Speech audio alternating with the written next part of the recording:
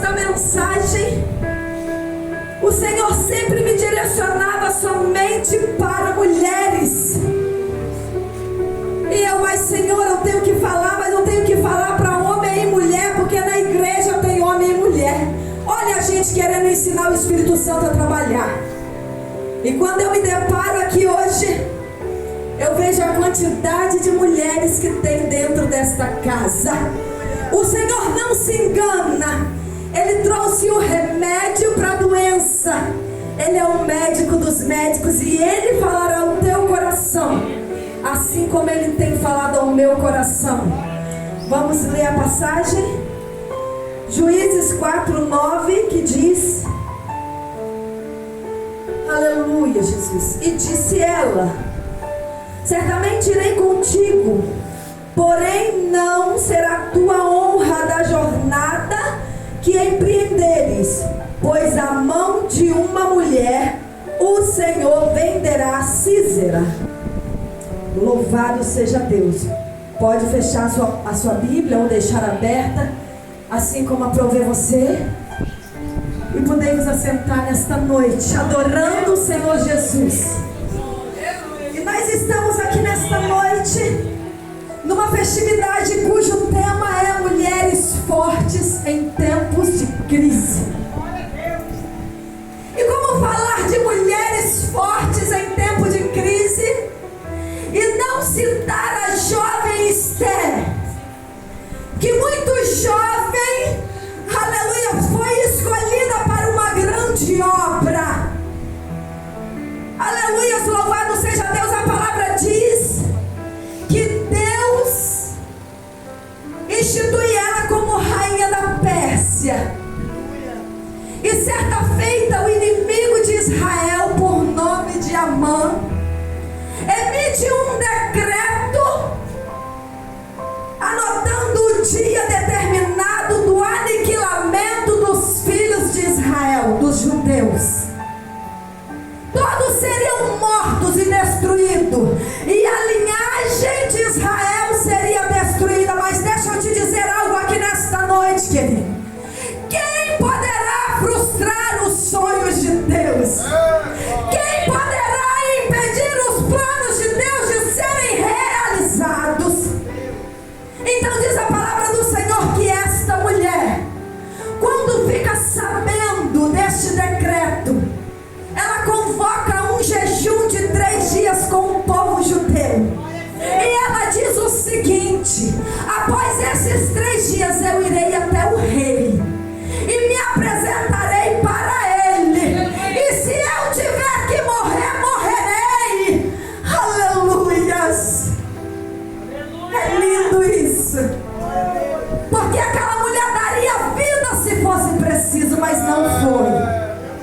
Mas eu conheço um que despiu da sua glória, que nasceu como filho do homem, que foi gerado e colocado em uma manjedoura, que deixou toda a sua glória no céu na eternidade, e se fez homem, e serviu, e precisou morrer para que eu e você estivesse aqui nesta noite. Ele precisou dar vida para que nós pudéssemos adentrar na eternidade. Aleluia. Mas continuando, como falar de mulheres fortes em tempos de crise e não falar de Ruth?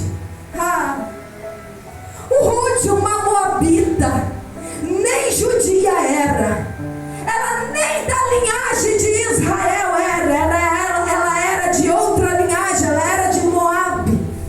E diz a palavra que quando ela casa com Malom, filho de Noemi, ela conhece o Deus vivo, o Deus Todo-Poderoso, e ela se converte ao Deus de Israel. Mas diz a palavra que o tempo passa, essa mulher perde o seu esposo, essa mulher perde o seu cunhado,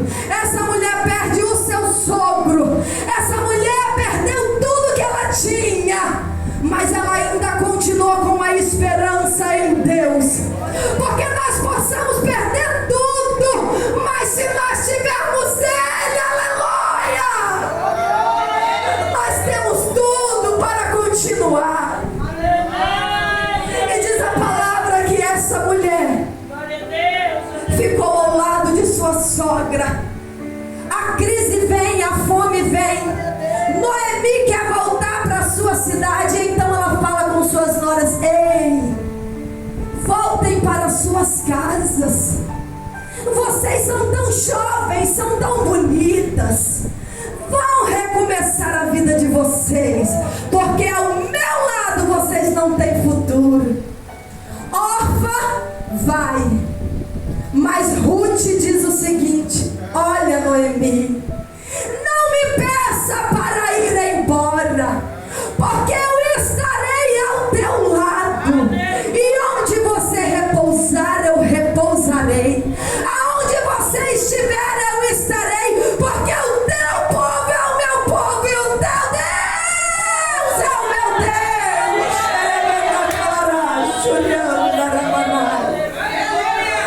E diz a palavra do Senhor que Deus restitui na vida dessas mulheres. No tempo de crise, Deus traz a bonança, porque elas perseveraram.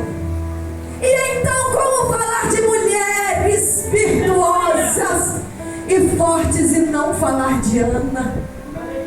Ana é tão criticada por causa de uma atitude que ela teve.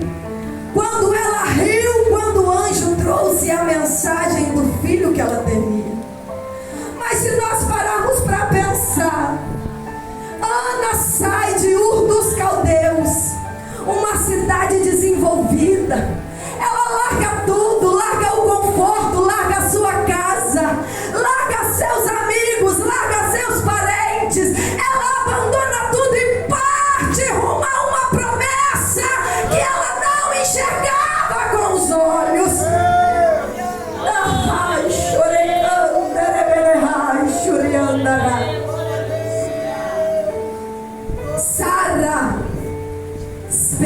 Sara, irmãos, e ela sai com Abraão, porque Deus fala assim: Sara, Abraão, sai do meio da tua parentela, da casa de teus pais, que eu vou te levar para um lugar, e eu te mostrarei. Sara larga tudo e vai morar de barraca em barraca, como um nômade, de terra em terra.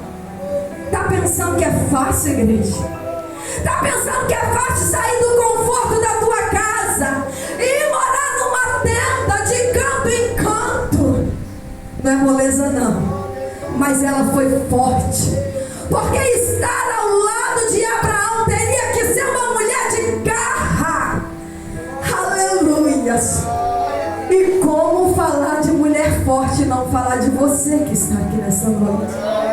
Como falar de mulher forte e não citar você que tem sofrido afrontas, que tem sofrido decepções nesta caminhada da vida, que tem sofrido pelas causas do Senhor Jesus, mas que não tem se deixado esmurecer e tem perseverado na oração, tem perseverado no jejum, tem perseverado na busca constante do céu. Aleluias. Não é fácil servir a Deus, mas eu quero te dizer uma coisa: para aqueles que perseveram, a vitória virá, e virá com alegria, porque quem prometeu é fiel para cumprir. Aleluia. Essa passagem nos fala de uma mulher chamada Jael e uma mulher chamada Débora. Mas essa passagem de Juízes, ela não tem início em Débora, ela não tem início em Jael, ela tem início quando Josué morre. E então o povo começa a ficar perdido. Quando o líder Josué morre, o povo começa a se perder e a idolatrar outros deuses e a cometer pecados que entristeciam o coração do Senhor. E então agora o Senhor levanta um juiz chamado Otiniel. E este juiz é reto perante o Senhor. E ele instrui o povo de Deus no caminho que o povo deve andar. Mas diz a palavra do Senhor, pastora Marinalva, que quando Otiniel morre, o povo se desvia novamente e começa a praticar o pecado. E é triste porque esse ciclo ele vai continuar. Aí o povo começa a pecar e Deus vira as costas para o povo. E então o povo começa a sofrer e a clamar a Deus. E Deus novamente tem misericórdia e levanta um outro juiz, por nome de Eude. Eude foi um grande juiz, um homem de coragem, um homem que desafiou o rei. E então o povo começa novamente a adorar a Deus. Mas infelizmente, quando Eude morre, o povo volta a praticar as mesmas obras de idolatria, de prostituição, de pecado e mais pecado. E então agora Deus novamente vira as costas para o seu povo. Mas eu quero te dizer que até no momento em que Deus vira as costas para o povo, a atitude de Deus é carregada de amor. Porque se Deus não virar as costas, se Deus não der um castigo no povo, o povo não se achega novamente e o povo se perde de vez. Então eu quero te dizer que até a correção que vem da parte de Deus, ela é sobrecarregada de amor e de misericórdia, de graça. Aleluias! E diz a palavra que agora Eude morre, o povo começa a pecar. Deus vira as costas, o povo começa a ser assolado. E então agora o povo novamente vai buscar a face do Senhor. E então vem o terceiro juiz, que tem por nome Sangar. E a coisa se repete como um ciclo vicioso. Ou seja, enquanto o juiz vive, o povo adora.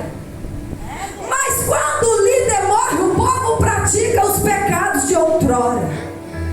Se o juiz estiver vivo, o povo glorifica. Mas se o juiz morrer, o povo vira as costas para Deus. E você sabe por que isso acontece, meu irmão? Porque aquele povo não tinha sido reavivado verdadeiramente pelo Senhor. Aquele povo sofreu uma reforma. Como assim, irmã Meg? A reforma, meu irmão, é necessária na vida do crente. Porque ela é a transformação das atitudes, dos hábitos, das práticas nossas do dia a dia. E ela é importante e necessária. Mas uma reforma sem um verdadeiro avivamento, ela não dura e ela não permanece. É por isso que quando o líder vivia, o povo obedecia. Mas quando o líder morria, o povo voltava a praticar as obras. Porque quem fazia o povo não pecar era o líder. E isso é triste. Isso é triste porque hoje ainda nós vivemos dias assim. Dias que se o pastor não estiver em cima de nós, a gente pende para o lado do pecado. Mas um crente que é reavivado, ele não depende do pastor para adorar, ele não depende do pastor para glorificar, ele não depende do pastor para ser fiel. Com ou sem o pastor na frente dele, ele adora o Senhor Jesus.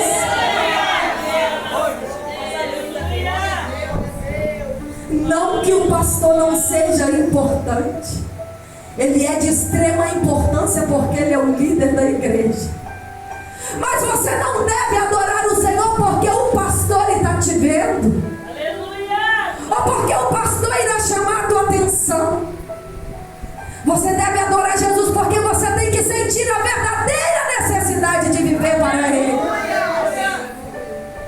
Então, uma vida reformada, sem um verdadeiro reavivamento, ela tem prazo e dia para acabar. Ela é temporária, ela é rasa, ela é fútil. E o que é o reavivamento, irmão Meg? O reavivamento é a transformação da mente. Quando a sua mente e o seu espírito são transformados, então verdadeiramente você serve a Deus. E todo aquele que é reavivado, ele tem uma comunhão profunda com o Senhor.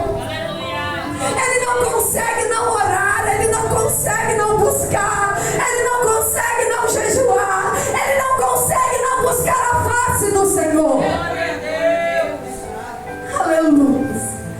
Mas aquele povo, ele precisava de um verdadeiro reavivamento, e não só de uma transformação externa. Aleluia. Então diz a palavra do Senhor que agora Deus irá levantar o quarto juiz. Mas o quarto juiz é diferente de todos os outros. O quarto juiz, ele vai de contrário às tradições de Israel. O quarto juiz, ele confunde a lógica humana naqueles tempos, porque não se tratava de um homem, mas de uma mulher. Por nome de Débora. Naquela época a mulher não era valorizada, igreja. Naquela época a mulher não tinha valor. Naquela época a mulher mal podia falar em público. Naquela época a mulher não tinha liderança. Naquela época a mulher só servia para a reprodução. Se ela reproduzisse, ela tinha valor como mulher. Mas se ela fosse estéril, se ela não reproduzisse filhos, ela era amaldiçoada e mal vista pela sociedade. E então agora Deus vai de contrário a tudo que está acontecendo em Israel, porque Deus estava triste com aquele povo, e Deus levanta uma mulher como líder em Israel. Deus nunca foi preconceituoso. O preconceito vem dos homens e mulheres da igreja. O preconceito vem de nós mesmos. É claro que nós temos o nosso lugar, e Deus instituiu o homem como cabeça e nós como ajudadora. Mas nós temos o nosso lugar de valor, porque a palavra diz que a mulher sábia edifica e a tola destrói. Olha a responsabilidade que Deus confiou na tua mão, mulher. Você é a coluna da tua casa. Você é a coluna da tua família. Você é o espelho dos teus filhos.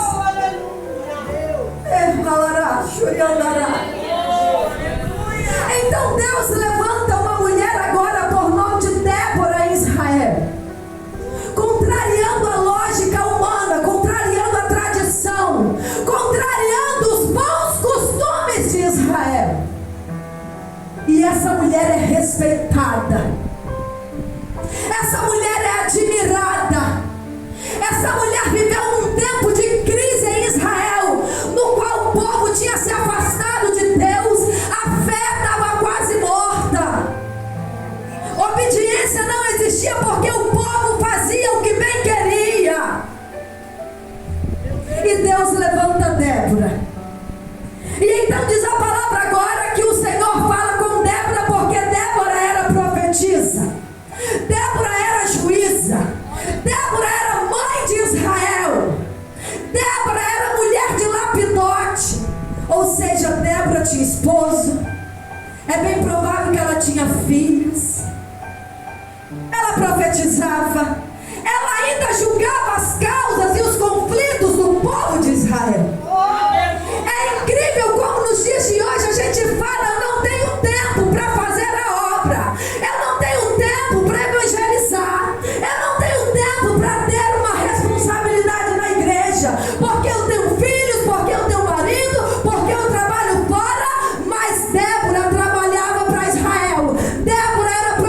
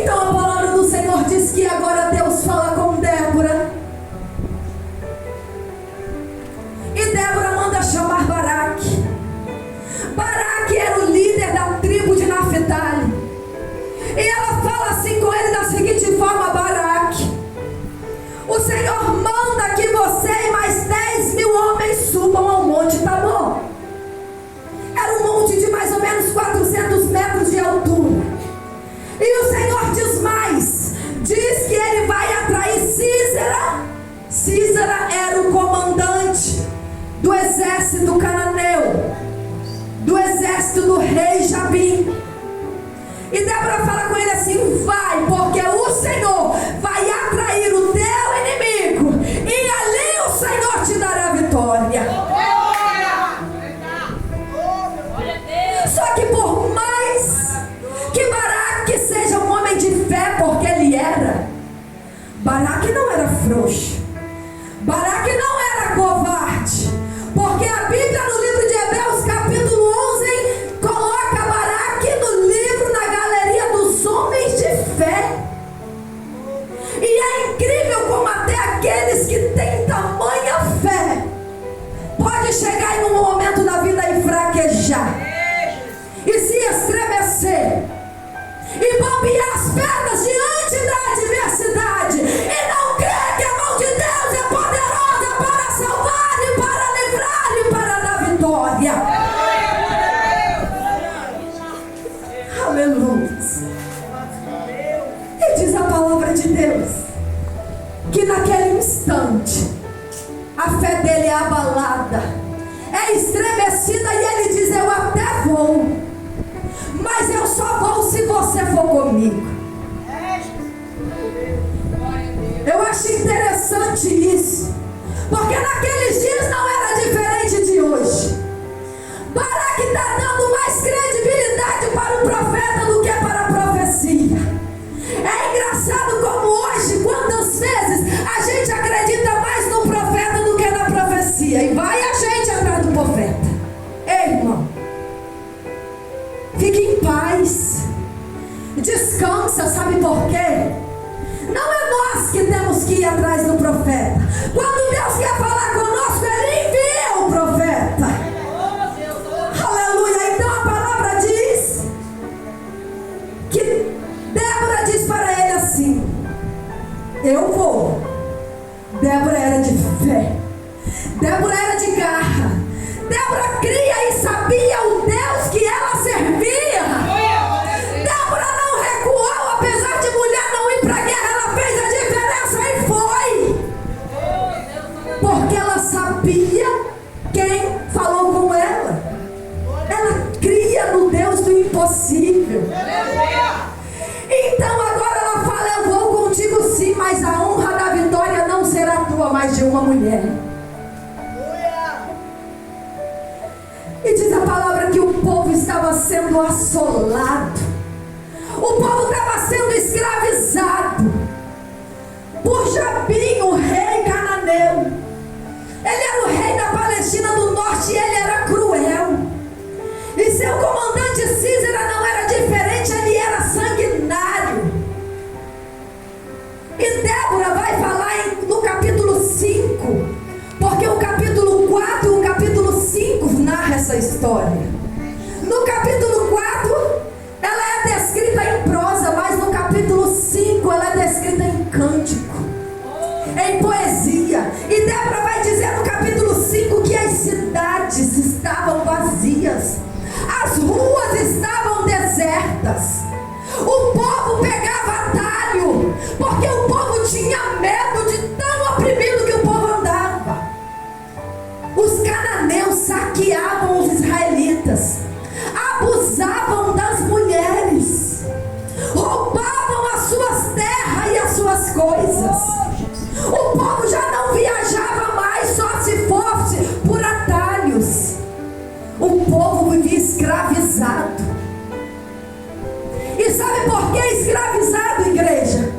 Porque todas as vezes que você escolheu o pecado, você se torna escravo dele.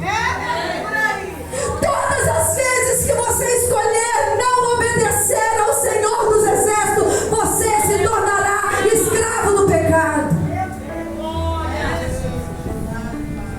E é muito triste isso, porque o pecado te oferece um momento de prazer, mas ele pode te roubar uma eternidade no céu. Olhe para Adão e Eva no paraíso. Quando a serpente chega e oferece um fruto, toma aqui esse fruto porque ele é bom, porque ele é prazeroso. E quando Eva e Adão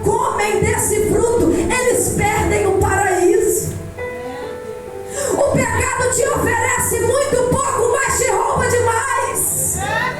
O pecado não vale a pena, igreja. Ele nunca valeu a pena.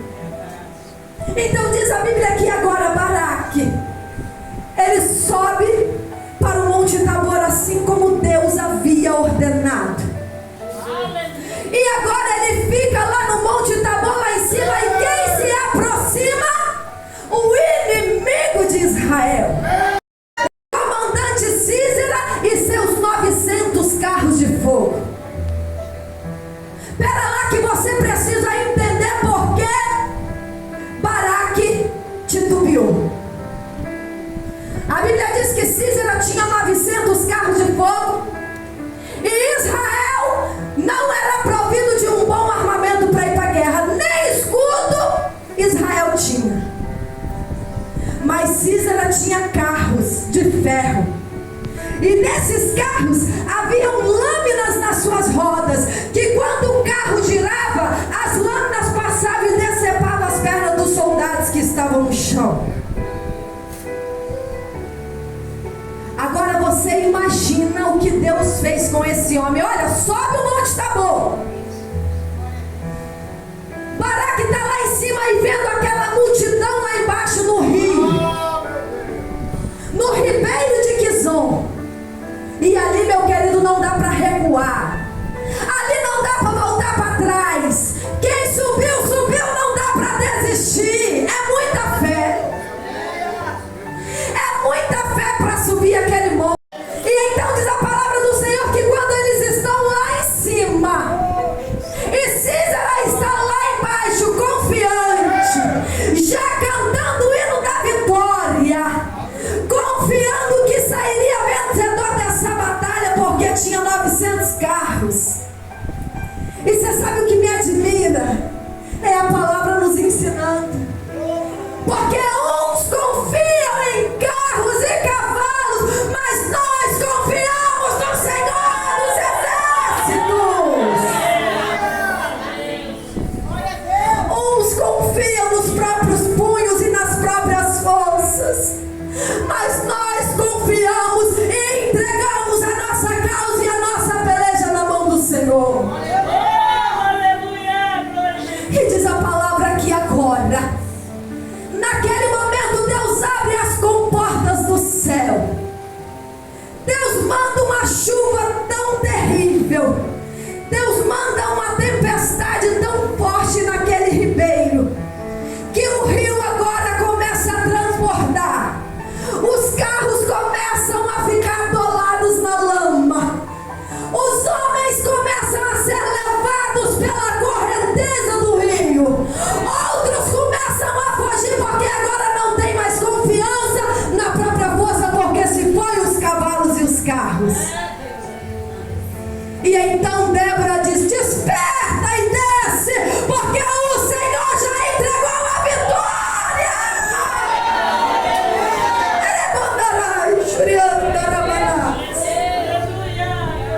Então aqueles homens descem, e diz a palavra do Senhor que não sobra um para contar a história.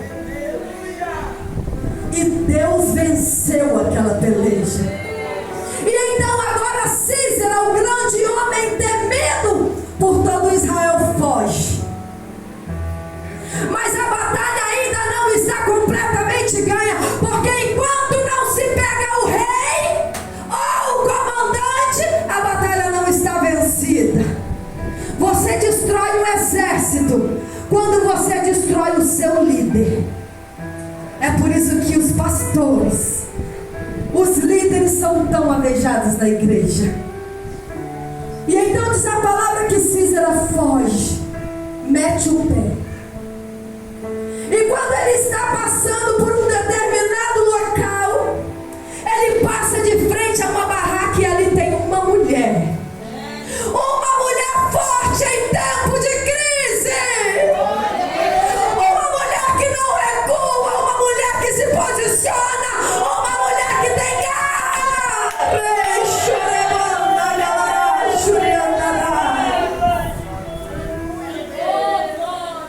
E diz a palavra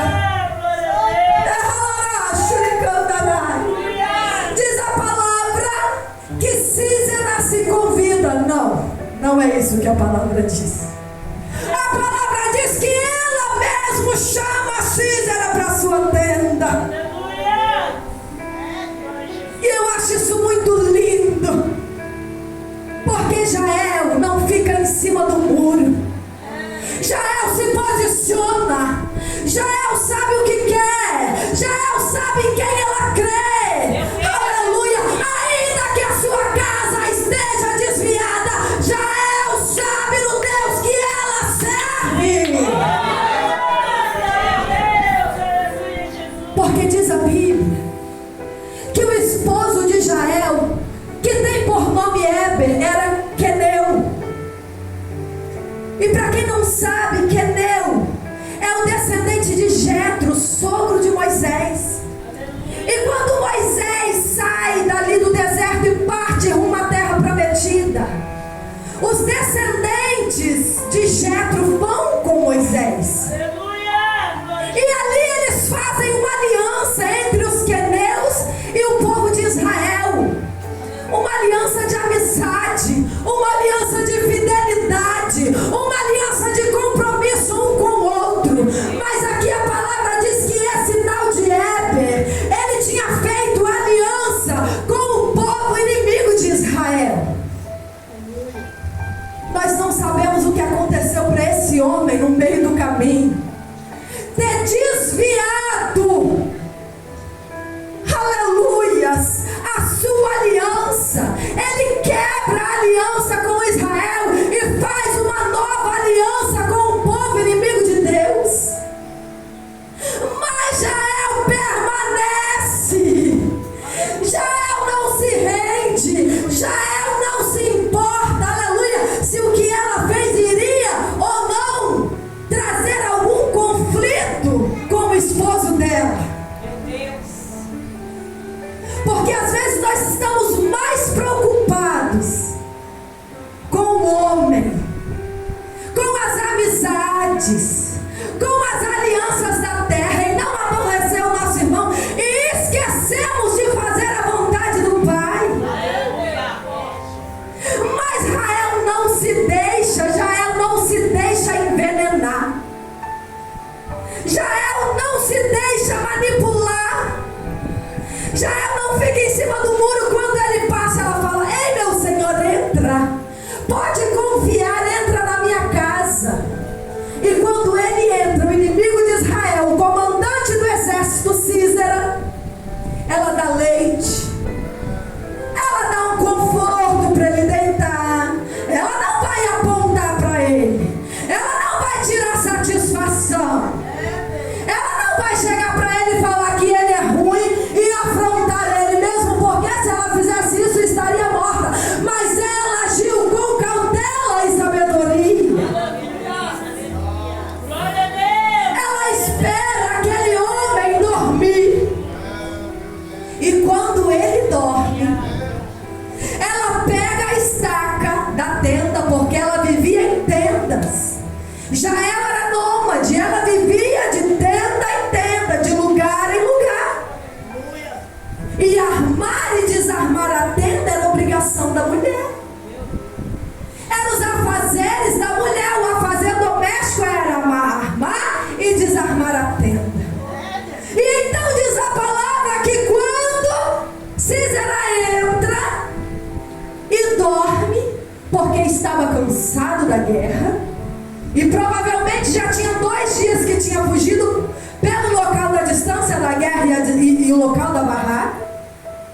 Quando ele dorme, ela pega a estaca e o martelo, e com uma única martelada aquela mulher crava na fonte de Sísera, e diz a palavra que a estaca aprofunda até na terra. E você sabe o que é interessante? É que Deus usa aquela mulher na simplicidade do dia a dia. Deus usa aquela mulher no que ela sabia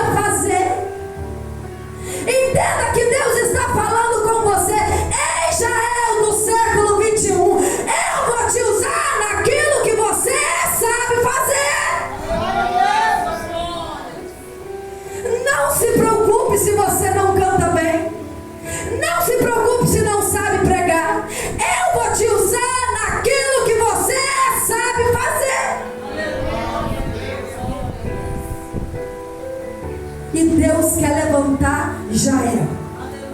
Deus quer levantar Débora. Porque Deus age no sobrenatural, mas por meio da simplicidade. Deus não precisa de muito para operar. Deus não precisa de muito para fazer o milagre acontecer. Mas é necessário que nessa noite nós entendamos que Deus está falando que o que Ele não aceita são mulheres que ficam omissas, mulheres que estão neutras, neutralizadas diante das adversidades e das crises do século 21. As almas estão perecendo, a igreja está sendo afrontada e tem mulheres que estão neutras, estão omissas. É necessário se posicionar. É necessário se posicionar, porque quando você se posiciona, Deus age ao seu favor. É necessário se posicionar, porque quando você se posiciona, a guerra está vencida. E para que nós possamos concluir nesta noite, Débora, ela inicia esse capítulo 5 agradecendo a Deus pela vitória. Porque a vitória não foi de Jael, a vitória não foi de Baraque, a vitória não foi de Débora, mas a vitória foi do Senhor que fez os céus e a terra. Débora, Jael e Baraque são instrumentos para que a vontade do Senhor seja cumprida. Perceba que quando a vitória chegar no teu lar, quando a vitória chegar na tua casa, você precisa entender que você será instrumento para que o nome do Senhor seja glorificado, porque Ele não divide a glória com ninguém. A glória é dele. Fica de pé nessa noite. A glória é dele, a honra é dele e o louvor é todo dele. Que nesta noite você saia daqui convicta que Deus te chamou para ser uma mulher forte em tempos de crise. Deus te chama para orar, Deus te chama para jejuar, Deus te chama para posicionar na obra dele. Não para se manter neutra. Deus não te coloca de pé para você se manter neutra, mas para se posicionar. Aleluia. Curva a sua cabeça, vamos orar e agradecer a Deus. Ah, meu Jesus querido, muito obrigado, Pai. Muito obrigado, Pai, por essa noite gloriosa, papai. Muito obrigado por tua palavra gloriosa, Senhor. Pai querido, nos faça, Pai querido, entrar na posição a qual o Senhor determinou. Levanta, Pai, as Déboras e as Jael, Pai, neste século 21, para que o teu nome seja glorificado. Levanta a tua igreja, coloca ela de pé. Levanta as tuas filhas, Pai. Aleluia, direciona as tuas filhas no caminho a qual o Senhor determinou, Pai. Que não venhamos nos acomodar, que não venhamos parar, que não venhamos nos neutralizar e ser omissa, papai. Mas que venhamos, Pai, ouvir a tua voz, que venhamos ouvir o teu chamado e que a tua igreja vá avante, Pai, levando o teu nome e glorificando o teu nome até a tua volta. E assim já eu te agradeço, papai, em nome do Pai, do Filho e do Espírito Santo. Amém, Jesus. Aleluia.